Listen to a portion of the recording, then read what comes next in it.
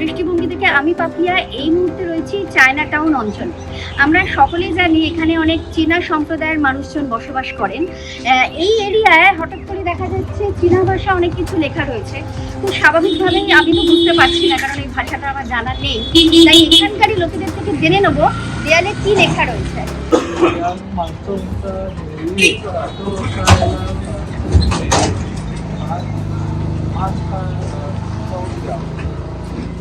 হ্যাঁ, এটা মানেটা কি?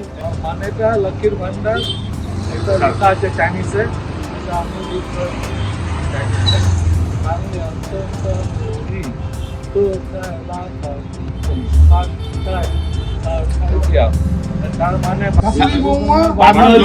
লক্ষ্মী ভান্ডারে বিকল্প।